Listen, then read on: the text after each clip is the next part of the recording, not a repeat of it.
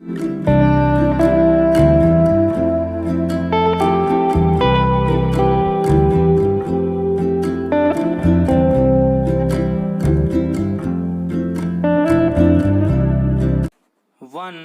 2, 3 start. अध्यक्ष महोदय, सबसे पहले मैं अपने माननीय कार्यकारी पार्षद महोदय का, जिन्होंने बजट भाषण दिया है और अपनी नीतियों की घोषणा की है, उसके बारे में उनको हृदय से बधाई देना चाहती हूँ। मैं यह नहीं कहती कि कोई क्रांतिकारी परिवर्तन लाना चाहता है यह बजट, लेकिन मैं यह भी देखती हूँ कि यह बजट जो है धीरे धीरे गति से समाजवाद की ओर बढ़ता जा रहा है। अपनी नीति से यह भूतकाल और वर्तमान दोनों को एक कड़ी में मिलाकर हमें उज्जवल भविष्य की ओर ले जाता है। ऐसा मुझे कहना है इस भाषण को पढ़ने से कि इसमें हमारा कोई भी वर्ग समाज का ऐसा नहीं है जिसे अछूता छोड़ा गया हो, क्योंकि भारतवर्ष एक कृषि प्रधान देश है और मैं यह समझती हूँ कि इस बजट के दौरान यह पूरी तरह से कोशिश की गई है कि ग्रामीण अर्थव्यवस्था को, जिसे हम अर्थव्यवस्था की रीढ़ भी कह सकते हैं, उस ढांचे में उस रीढ़ की हड्डी को और भी सशक्त बनाने का पूरी तरह से प्रयत्न किया गया है। हमारे ग्रामीण भाइयों के लिए जो कोशिश की गई है इस बजट के अंतर्गत, वह है उनको सिंचाई के लिए कुएं, गाँव में उनके लिए पक्की सड़कें, जिससे उनके खेत और घर दिल्ली के साथ जोड़ने की कोशिश की गई है।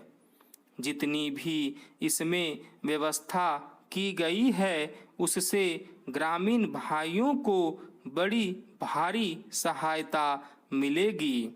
उसके अतिरिक्त ग्रामोद्योग के द्वारा जो रोजगारी का प्रबंध किया गया है उससे भी ग्रामीण अर्थव्यवस्था को एक बहुत बड़ी सहायता मिलेगी। मैं इनका ध्यान इस ओर दिलाना चाहती हूँ कि जहाँ तक शिक्षा का संबंध है, इस बजट में कोई विशेष प्रावधान नहीं किया गया है। मैं यह नहीं कहती कि शिक्षा के दौरान ज़्यादा स्कूल न खोले जाएं, पर हमारी यह नीति होनी चाहिए कि भले ही स्कूल थोड़े खोले जाएं, पर सबसे बड़ी आवश्यकता इस बात की है कि शिक्षा की नीति में परिवर्तन की ज़्यादा आवश्यकता है, क्योंकि हम प्रजातंत्र में रहते हैं। प्रजातंत्र को अगर हमें सफल बनाना है तो सबसे पहले हमें ऐसे नागरिक चाहिए जिन्हें अपने अधिकारों और अपने कर्तव्यों का भली भांति ज्ञान हो। शिक्षा की वर्तमान नीति से हम अपने अधिकारों के प्रति ज़्यादा सजग होंगे और कर्तव्यों के प्रति बिल्कुल सजग नहीं होंगे। श्रीमान, मैं आपको बताऊंगा कि खेती में सुधार के बारे में हमारे कुछ लोगों का क्या विचार है। हमने विभिन्न दृष्टिकोणों से अलग अलग विचार किया है।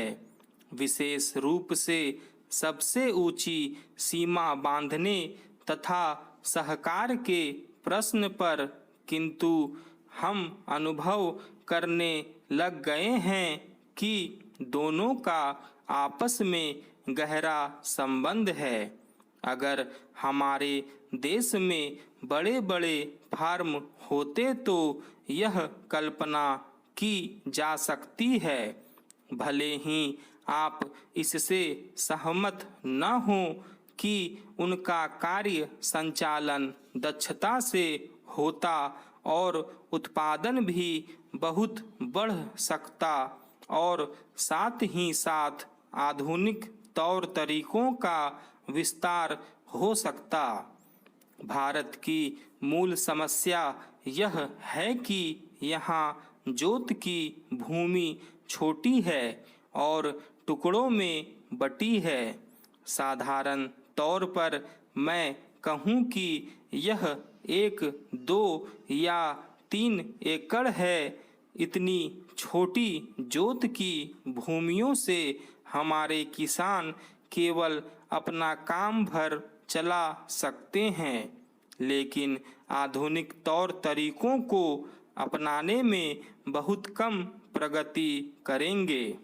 अब सबसे ऊंची सीमा बांध देने से ऐसा भी हो सकता है कि कुछ एक जो बड़े फार्म हैं उनमें काट छाट हो, जो कि प्रयोजन भी है। अगर आप चाहते हैं कि प्रगति हो और आधुनिक तौर तरीकों का प्रचलन हो, तब तो ये जो अनगिनत छोटे छोटे फार्म हैं इनको सहकारी ढंग से चलाना है, जिससे कि वे आधुनिक उपायों का लाभ उठा सकें। सहकारी ढंग से कार्य करने से मेरा मतलब है विविध प्रकार से सहयोग देना। हम सोचते हैं कि पहला कदम सहकार होना चाहिए और ऋण के अलावा अन्य कई प्रकार से भी सहायता की जा सकती है, जैसे वस्तुओं को खरीदना और बेचना, बीज, खाद तथा इसी प्रकार की वस्तुओं को दिलाना। दूसरा कदम है धीरे धीरे बीच वाले आदमी को हटा देना।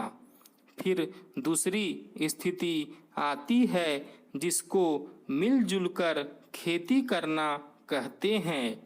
यद्यपि उसमें भूमि पर अधिकार बना रहता है। इस प्रकार का हमारा दृष्टिकोण है, जिससे अधिक से अधिक सीमा की समस्या को सहकारों से अधिक जोड़ा जा सके, नहीं तो उत्पादन गिर जाने का भय है। यह एक जटिल समस्या है जिस पर मनन हो रहा है। सहकार से मेरा मतलब एक गांव के सहकार से है और ज़्यादा से ज़्यादा 2-3 गांव का सहकार भी हो सकता है, यदि वे निकट से संबंधित हैं। लेकिन हमारी सरकार इनकी भरपूर सहायता करेगी। स्टॉप।